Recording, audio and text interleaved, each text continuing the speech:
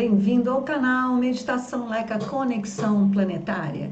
E o que eu vou tratar no vídeo de hoje é a tão falada conjunção entre Júpiter e Netuno no signo de Peixes, porque esse é o fenômeno da vez, um fenômeno astrológico que não acontece há 166 anos. Então, os astrólogos estão em polvorosa, todo mundo comentando. No entanto, como Júpiter e Netuno são planetas lentos, esse fenômeno ele não tem um efeito exatamente no dia que ele acontece. Ele tem um efeito expandido, é ao longo de um tempo, né, que esse efeito vai se dar. E qual é o grande efeito? Sabe aquela música When the moon is in the seventh house, then Jupiter aligns with Mars. Pois é, eu acho que o autor ele fez Júpiter se alinhando com Marte para ser poético, para caber na letra da música. Porque isso tudo que a música está dizendo que vai acontecer, a era de Aquário, tem tudo a ver com essa conjunção de Júpiter com Netuno. Porque Júpiter expande e Netuno é o planeta da espiritualidade. Ah, mas você não disse no vídeo passado que era o planeta do inconsciente? Sim, a nossa espiritualidade é completamente inconsciente para nós, né? Toda vez que a gente fala em expansão da consciência, a gente fala em trazer o inconsciente para o consciente. Jung tem uma frase maravilhosa que eu amo. Ele diz que enquanto você não tornar o seu inconsciente consciente, as energias inconscientes vão comandar as suas ações e você chamará a isso de destino, né? Aí a gente pega o tarô, trabalha o tarô para o autoconhecimento e cocria o nosso destino. Falar nisso, vou aproveitar o ensejo e o curso está pronto, há pedidos, ele foi todo trabalhado no digital, ele agora tá lindo, tá realmente bom. Eu sou suspeita para falar, mas os alunos estão elogiando. Então, tá aí, né? A venda vai ser feita e para aqueles que entrarem para essa turma agora, que vai se formar durante um período de vendas que vai ficar aberto o curso, a gente tem uma turma de mentoria, que é onde a coisa acontece, né? Nos moldes do encontro, da troca de experiências, do tirar as dúvidas. Então, vamos fazer o curso de tarô para o autoconhecimento, que tem tudo a ver a gente se conhecer melhor agora, nesse período de conjunção de Júpiter com Netuno. Além disso, eles têm uma energia muito poderosa, né? Entra muita energia, mexe muito com esse lado espiritual nosso. Se a gente estiver preparado, a gente vai desenvolver as habilidades da intuição, da telepatia, vai aumentar a nossa capacidade empática, a solidariedade, que vai fazer um elo fraterno entre as pessoas, a possibilidade de uma convivência mais fraterna entre os seres humanos é incentivada por essa energia da qualidade de Netuno expandida por Júpiter, que é conhecido como o grande doador, né, o generoso. Reza a lenda que Júpiter já foi o Sol no nosso sistema. Então, são essas energias poderosas que estão entrando. E aí, o que eu trouxe para celebrar esse momento dessa conjunção que não acontece há 166 anos? Um exemplo, né, desse outro boom da espiritualidade que aconteceu há 166 anos atrás. Como foi? O que aconteceu? Surgiram duas grandes figuras que até hoje as suas obras esclarecem e influenciam qualquer um que queira estudar a espiritualidade humana. Que foi os escritos de Allan Kardec e Helena Petrovna Blavatsky, minha querida autora, sou estudiosa dela e ela é uma mulher. Então eu trouxe Helena Petrovna Blavatsky para a gente conhecer um pouquinho melhor essa personalidade, essa figura e a contribuição que ela trouxe para a gente em termos de espiritualidade. A contribuição que Allan Kardec trouxe para nós com o Livro dos Espíritos já é popular e conhecida por todos, né? Gerou até o kardecismo. Mas de Blavatsky se fala menos, então não sei por quê, talvez por ela ser uma mulher, porque ela criou a Sociedade Teosófica, que também não é pouca coisa.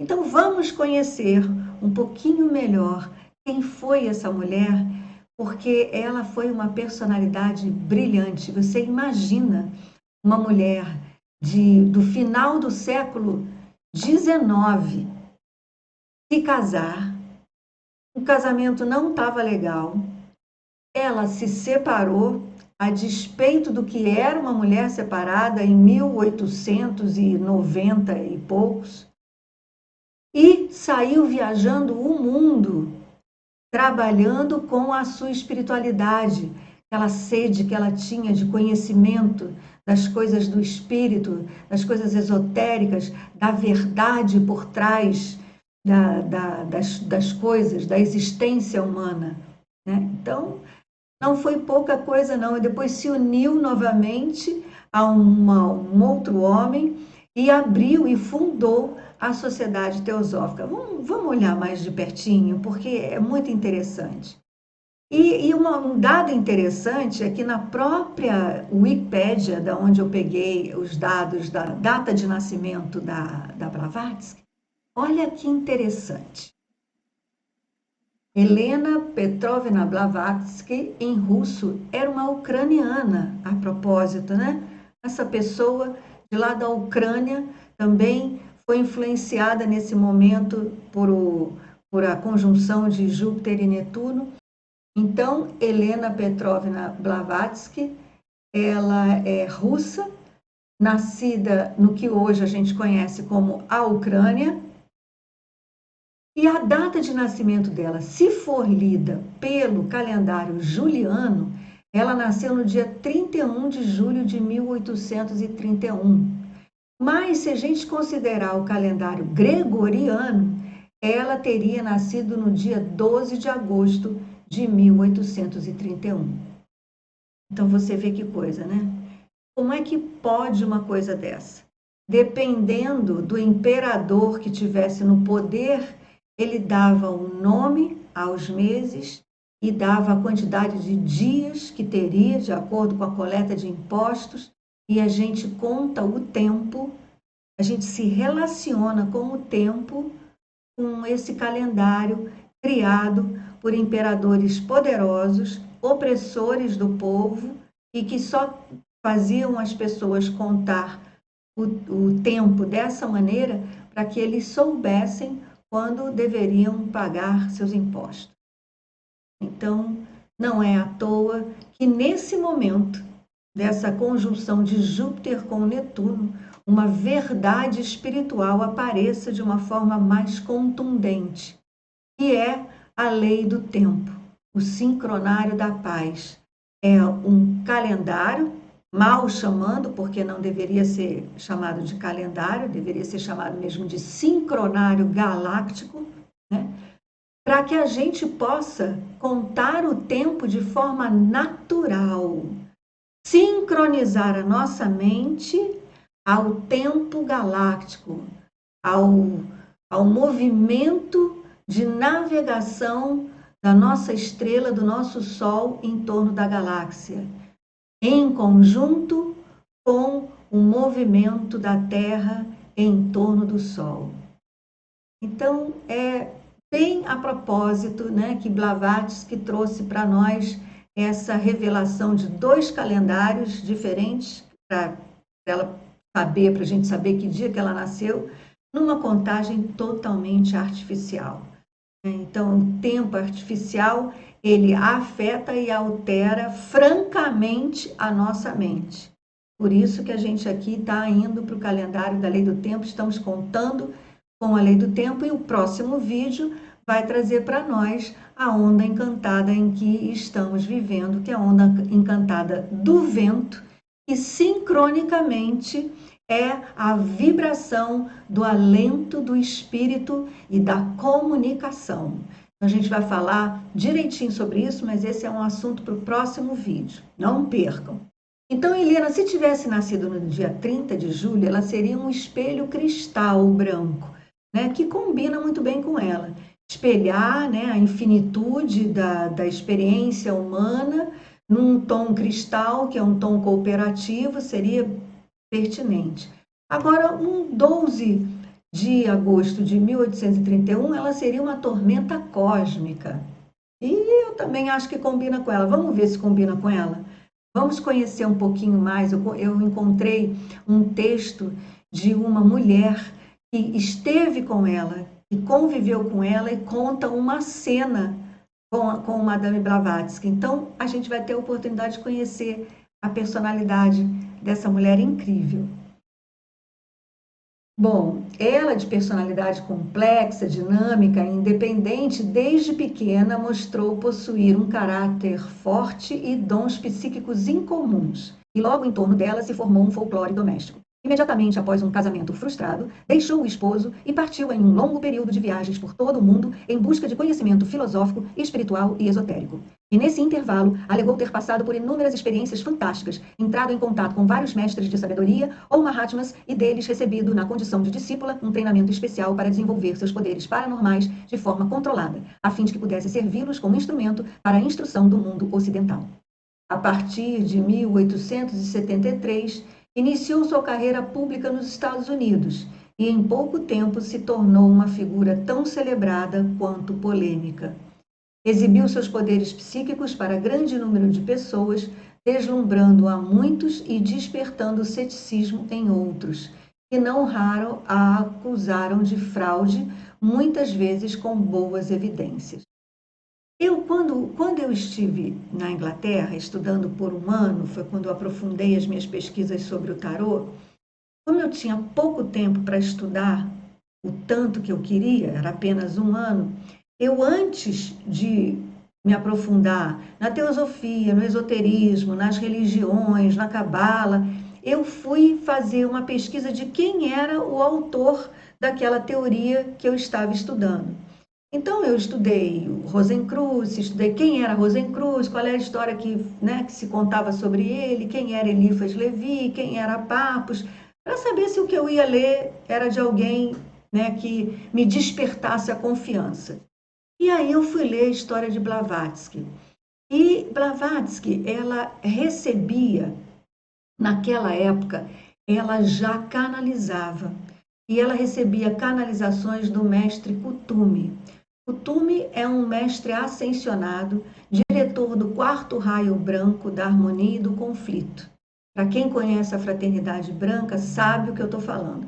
Para quem não conhece e quiser conhecer, coloca aqui nos comentários que eu farei com muita alegria, muito prazer, um vídeo apresentando a Fraternidade Branca dos Mestres Ascensionados a vocês. Mas ela canalizava naquela época um mestre Kuthumi. E como que ela podia provar para as pessoas que ela recebia aquelas palavras, aquelas instruções de um mestre invisível, né? Um mestre espiritual, numa época que estava começando a igreja, a Inquisição, aquela história toda horrorosa da Idade Média, estava começando a ceder, né? Como é que ela ia explicar? Então ela dizia que ela recebia cartas do mestre. Na verdade, era ela que canalizava e escrevia as cartas. Aí, um belo dia, foi descoberto que não era carta, que a carta não vinha de mestre nenhum e que era ela mesma que escrevia as cartas. Então, as pessoas que duvidavam dos poderes psíquicos de Blavatsky aproveitaram, né, e fizeram aquele escândalo querendo desacreditá-la. Mas a espiritualidade de Blavatsky era tão real, tão verdadeira, que não conseguiram, apesar da difamação, não conseguiram abafar, a sua obra e impedir que ela deixasse para nós o legado que ela deixou, que foi a Sociedade Teosófica e um compêndio sobre esoterismo fantástico, coisas que hoje a gente está começando a entender, alma, mônada, raio, a astrologia esotérica, a influência dos planetas, a influência de Sírius, a influência das Pleiades. Blavatsky já escrevia sobre isso em 1875, 1880, 1890, né? Então, foi muito interessante. Ela surgiu num momento histórico que a religião estava sendo rapidamente desacreditada, e aí, por causa do avanço da ciência e tecnologia, ela testemunhou, foi uma época que surgiram várias escolas de ocultismo e pensamento alternativo. Mas muitas delas foram uma base muito assim, pouco conceitual, né? E não tiveram assim, não tinham um fundamento que Blavatsky trazia, eram práticas mais intuitivas, mais alternativas. Muito bem, agora eu quero ler para vocês uma, uma nota da Condessa de Wachtmeister. Eu não sei se eu estou falando direito o nome dela, mas é esse aqui, eu vou colocar aqui para vocês verem. Olha, a Condessa de Wachtmeister ajudou Helena Blavatsky durante o trabalho da redação da Doutrina Secreta, que foi a obra que ela escreveu para deixar o seu conhecimento para nós. Então, no texto a seguir, essa colaboradora direta de Helena Blavatsky conta como a conheceu pessoalmente em Londres em 1884. Esses parágrafos fazem parte do livro que a Condessa de Westminster narra como foi escrita por Helena Petrovna Blavatsky, a obra Doutrina Secreta. Então vamos lá, vamos entrar nessa viagem de encontro com a Blavatsky. Para mim, nada é trivial, nada insignificante na personalidade e hábitos e no ambiente de Helena Petrovna Blavatsky. Gostaria apenas de transmitir ao leitor, se possível, o conhecimento tão pleno quanto o meu das dificuldades e perturbações que a perseguiram durante o desenvolvimento da sua obra. A pouca saúde, a vida errante, os meios desfavoráveis, a falta de material, a defecção de falsos amigos e os ataques de inimigos. Estes foram os obstáculos que dificultaram seu trabalho, mas a cooperação de voluntários, o amor e o carinho de seus seguidores e, acima de tudo, o apoio e a orientação de seus respeitáveis mestres tornaram possível sua conclusão. Foi em 1884 que, na oportunidade de uma visita a Londres, travei conhecimento com Helena Petrovna Blavatsky, na casa dos Sinet. Lembro-me ainda da agradável sensação que experimentei naquela memorável visita. Já havia lido antes Ise sem véu, com surpresa e admiração pela abundância do estranho conhecimento contido naquela obra notável. Estava, por conseguinte, preparada para apreciar respeitosamente e mesmo com certa reverência uma pessoa que não só havia fundado uma sociedade que prometia vir a ser o núcleo de uma fraternidade universal da humanidade, mas que era também considerada como mensageira de homens cujo progresso mental e espiritual estava muito além da humanidade. E, desse modo, podiam ser chamados, no sentido mais estrito, de pioneiros da nossa raça. Fui recebida cordialmente pela dona da casa, que me apresentou imediatamente a senhora Blavatsky. As suas feições revelavam uma força instintiva, expressa numa nobreza inata de caráter além das minhas expectativas. Todavia, o que mais chamou a minha atenção foi o olhar fixo dos seus maravilhosos olhos cinza, calmo e inescrutável, e não obstante penetrante. Irradiavam uma luz serena que parecia penetrar e revelar os segredos do coração. Quando, entretanto, passei a observar as pessoas que a cercavam, experimentei tamanha sensação de repulsa que durante algum tempo permaneceu na minha mente com uma incômoda impressão. Era uma cena estranha para os meus olhos. No chão, ao pé do divã baixo no qual se sentava a senhora Blavatsky, estavam reunidos vários visitantes que olhavam para ela com uma expressão de homenagem e adoração. Outros dependiam dos seus lábios com uma estudada demonstração de intensa atenção, e todos pareciam mais ou menos afetados pelo tom predominante da lisonja. Sentei-me à parte e observava o que se passava, tomada de suspeitas que posteriormente verifiquei serem perfeitamente infundadas e gratuitas. Eu tremia com medo de que uma personagem de quem havia formado uma imagem tão elevada viesse a se revelar uma escrava da lisonja, ávida pela adulação de seus seguidores. Não podia conhecer, naquele momento, o alheiamento, a indiferença ao louvor ou à censura, o elevado senso do dever daquela mulher ali diante de mim, que não se abalaria com considerações egoísticas. Não sabia então que sua natureza era inerentemente incapaz de sacrificar seus poderes e sua grande missão às exigências de uma popularidade fácil. Embora orgulhosa demais para se justificar diante daquelas pessoas incapazes de apreciar o elevado padrão de conduta que se impunha e mostrava ao mundo em seus escritos éticos e místicos, uma vez ou outra se abria na intimidade com alguns de seus discípulos mais fervorosos que se propunham com determinação trilhar o caminho. Lembro-me da explicação que deu sobre esse ponto, quando uma multidão de zombadores na imprensa e nos salões se perguntavam uns aos outros: como é que se explica que essa discípula dos semi-oniscientes Mahatmas, essa natural clarividente e especializada leitora da mente humana, não seja capaz de saber distinguir os seus amigos dos seus inimigos? Quem sou eu? Dizia ela, respondendo a uma pergunta ou outra. Quem sou eu para negar uma oportunidade a uma pessoa na qual descubro uma centelha ainda vacilante de reconhecimento da causa a que sirvo e que poderia ser inflamada numa chama de devoção? Que importam as consequências que se abaterem sobre mim pessoalmente quando essa pessoa fracassa, sucumbindo às forças do mal que estão dentro dela? Engano, ingratidão, vingança e outras coisas mais. Forças que eu via tão claramente quanto via a centelha de esperança. Embora em sua queda ela me cubra com deturpação, calúnia e desprezo, que direito tenho eu de recusar, a quem quer que seja, a oportunidade de aproveitar das verdades que lhes possa ensinar e de, por conseguinte, seguir o caminho? Eu lhes afirmo que não tenho alternativa. Estou obrigada, pelas mais estritas regras e leis do ocultismo, a renunciar a considerações egoísticas.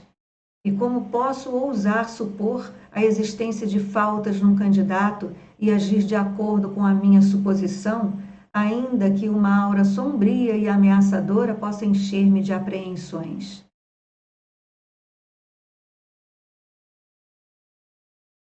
Isso é de uma clareza do que todo o discurso de pessoas espiritualizadas falam a respeito do ego. Quando ela se defende de não usar a sua clarividência para se proteger de inimigos deturpadores da sua palavra, ela responde: quem sou eu para desprezar uma centelha de luz dentro desse sujeito que possa vir a ser tocado pela palavra, pela luz da verdade, e então deixar de deturpar as coisas? Então, isso é completa ausência de ego que as pessoas falam, mas não uma ausência de ego porque ela se abandonou, mas porque ela se entregou ao serviço completamente. Então, independente das pessoas acreditarem no que ela estava falando ou não, ela estava ali para passar a mensagem, para ser um canal dos mestres. Então, essa era Helena Petrovna Blavatsky. Essa nota ela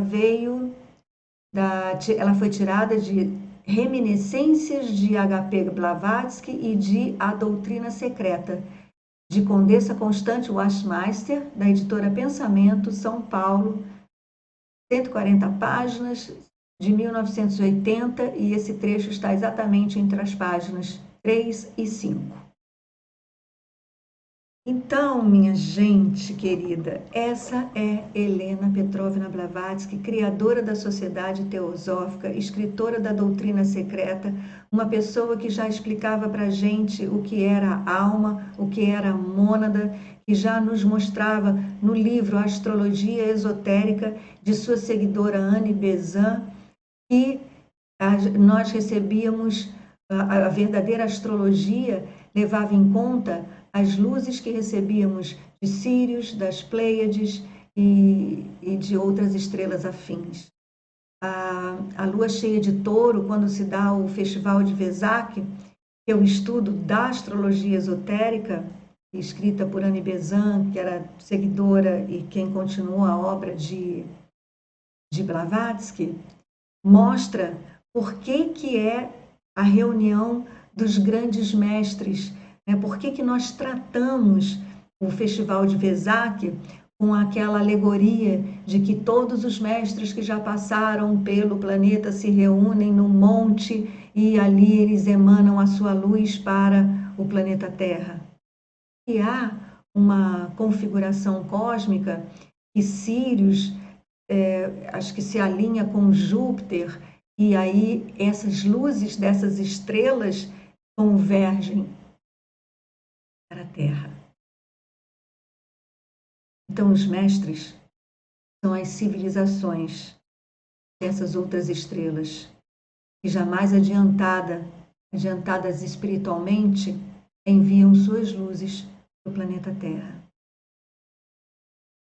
Helena Petrovna Blavatsky,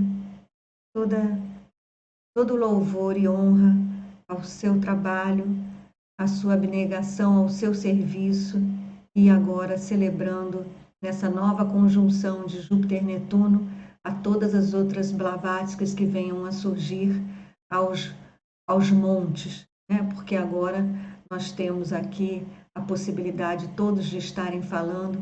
Então, há muitas Blavatsky falando, trazendo a sua verdade, mas também existem muitas fakes, né? Muitas falácias também. E é por isso que a gente precisa desenvolver urgentemente nosso olhar observador, olhar do nosso eu superior, elevar a nossa consciência 1/8 acima, para que a gente saiba discernir quando ouve a verdade, sabe? Ela ressona no seu coração. Agora a gente está vivendo um momento de começar a pensar com o coração e não mais com a mente. Então, era isso que eu queria trazer para vocês. Espero que vocês tenham gostado. Se você curtiu, clica no curtir, que é para eu saber se você gostou de saber dessa história de Blavatsky. Se quiser ler A Doutrina Secreta, Isis Sem Véu, são livros que são vendidos na Amazon, você encontra fácil, e de uma sabedoria fantástica. Bem, então, gratidão. Namastê. Em Lakesh. Eu